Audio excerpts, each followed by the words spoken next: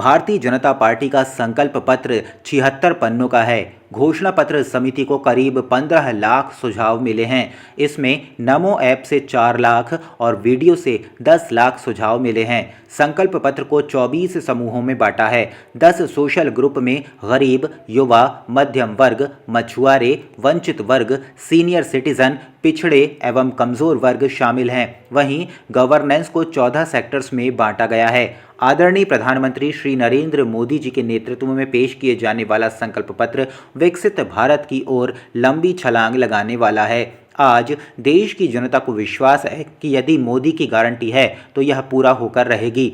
आदरणीय प्रधानमंत्री श्री नरेंद्र मोदी जी के 2014 और 2019 में प्राप्त पूर्ण बहुमत को गांव, गरीब, वंचित, दलित, महिला, युवा और किसान को समर्पित किया।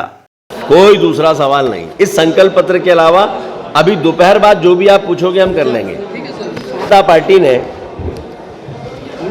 अपना संकल्प पत्र जारी किया है और ये कहते हुए हमें गर्व और गौरव है कि संकल्प पत्र के लॉन्चिंग के समय पर यशस्वी प्रधानमंत्री माननीय मोदी जी, संकल्प पत्र समिति के अध्यक्ष माननीय राजनाथ जी, भारतीय जनता पार्टी के राष्ट्रीय अध्यक्ष माननीय नड्डा जी, माननीय अमित शाह जी सहित समूचा नेतृत्व हमारा मौजूद था। देश भर से 15 लाख सुझाव भारतीय जनता पार्टी ने संकलित किए और उन सुझावों के माध्यम से 24 कैटेगरी में इन सभी विषयों को बांटा और उसके अनुसार फिर अपना संकल्प पत्र देश के सामने रखा है। इस संकल्प पत्र में इस बात का प्रयास है कि 2047 तक भारत दुनिया का सबसे विकसित देश बने और उसके साथ साथ कई बड़े और महत्वपूर्ण निर्णय किए गए हैं। अब आयुष्मान योजना में 70 वर्ष से आयु के जितने भी ऊपर के लोग हैं, चाहे वो किसी भी वर्ग के हों, गरीब हों, मध्यम वर्ग हों, उच्च वर्ग के हों, उन सभी को इस श्रेणी में लाया जाएगा। वन नेशन वन इलेक्शन, इसकी पुष्टि की गई है और उसके साथ साथ आने वाले समय में समान नागरिक संहिता आए। भारतीय जनता पार्टी ने अपने संकल्प पत्र में इसको भी रखा है और अगले 5 वर्षों तक मुफ्त राशन लगातार दिया जाएगा, ये भी हमारे संकल्प पत्र में है। और संकल्प पत्र में जितने भी बिंदु हैं, जितने भी विषय हैं, हम गर्व से कह सकते हैं कि यह संकल्प पत्र मोदी जी की गारंटी है। और जब हम ये कहते हैं कि मोदी की गारंटी है तो इसका मतलब है कि हर गारंटी के पूरा होने की गारंटी यही मोदी की गारंटी है। और अपने संकल्प पत्र के माध्यम से इन्हीं विषयों को लेकर हम आपके माध्यम से जनता के बीच में आए। कांग्रेस पार्टी ने देश के लिए अपने विजन को न्याय पत्र के माध्यम से देश की जनता के सामने रखा है। कांग्रेस पार्टी के पूर्व अध्यक्ष श्री राहुल गांधी जी ने अपनी 400 किलोमीटर की भारत जोड़ो पदयात्रा एवं 6700 किलोमीटर की दूसरी बार की गई भारत जोड़ो न्याय यात्रा के माध्यम से देश के करोड़ों लोगों से सीधे संवाद कर उनके दुख दर्द एवं समस्याओं को समझा और उनके समाधान को इस न्याय पत्र में शामिल किया। इसमें हम लोगों ने अपनी मोटी मोटी सारी बातें रख दी हैं, जो कि होगा युवा न्याय, नारी न्याय, किसान न्याय, श्रमिक न्याय। युवा न्याय के तहत पहली नौकरी पक्की, हर शिक्षित युवा को 1 लाख और इंटर्नशिप का अधिकार मिलेगा। भर्ती का भरोसा, 30 लाख सरकारी नौकरियां निकाली जाएंगी। महालक्ष्मी योजना के तहत नारी न्याय में 1 लाख हर साल और प्रति माह 8,500 रुपये हर महिला को मिलेंगे। आधी आबादी को पूरा हक मिलेगा। केंद्र सरकार में 50% आरक्षण मिलेगा महिलाओं को नौकरियों में। किसान न्याय के तहत सही दाम पर MSP कानून स्वामीनाथन जी की जो सिफारिश है उसे लागू किया जाएगा।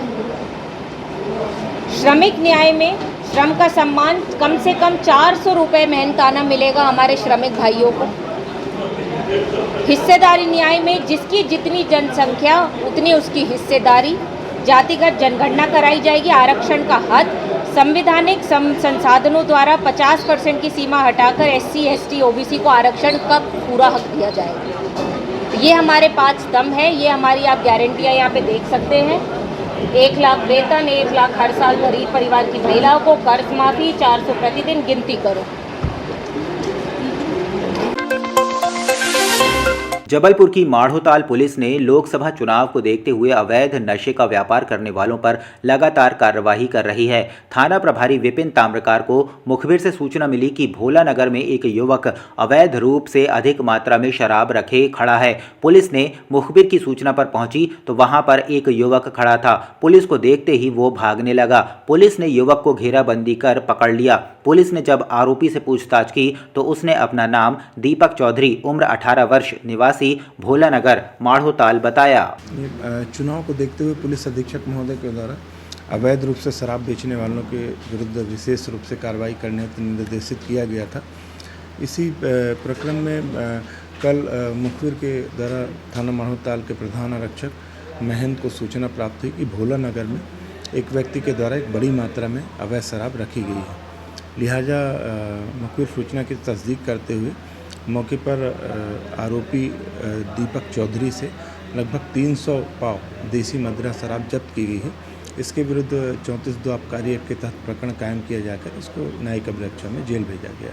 सर, ये कहाँ से ला रहा था और कहाँ ले जा रहा था? ये भोला नगर में इसके पास अवैध शराब जब्त हुई है और इस संबंध में और विवेचना जारी है कि इसके द्वारा अवैध शराब, लेकिन इसका पूर्व में और भी कोई? हाँ, इसके विरुद्ध पूरा आपराधिक रिकॉर्ड भी है और अवैध शराब बेचने के आदि।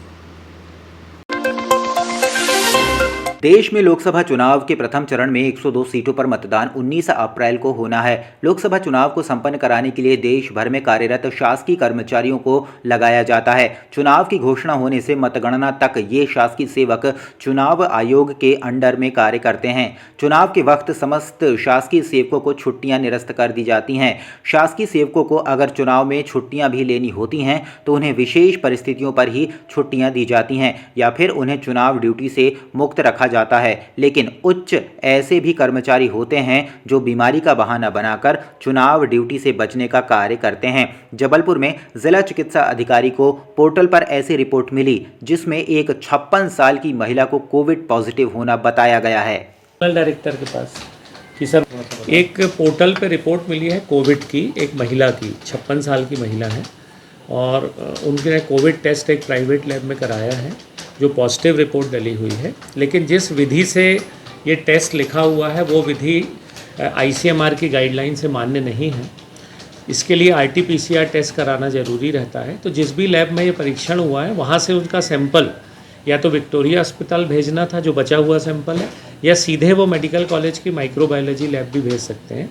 वहाँ RT-PCR टेस्ट होता, यदि वो पॉजिटिव आता तो ये माना जाता कि वास्तव में वो महिला कोविड पॉजिटिव है। ये रिपोर्ट मान्य नहीं है। मैंने कलेक्टर ऑफिस में भी इन्फॉर्म कर दिया है कि उस महिला का RT-PCR टेस्ट के लिए आप निर्देशित करें। उसके रिज़ल्ट पर भरोसा करके फिर उनकी जो भी ड्यूटीज़ यदि लगी हैं उसके बारे में निर्णय लें।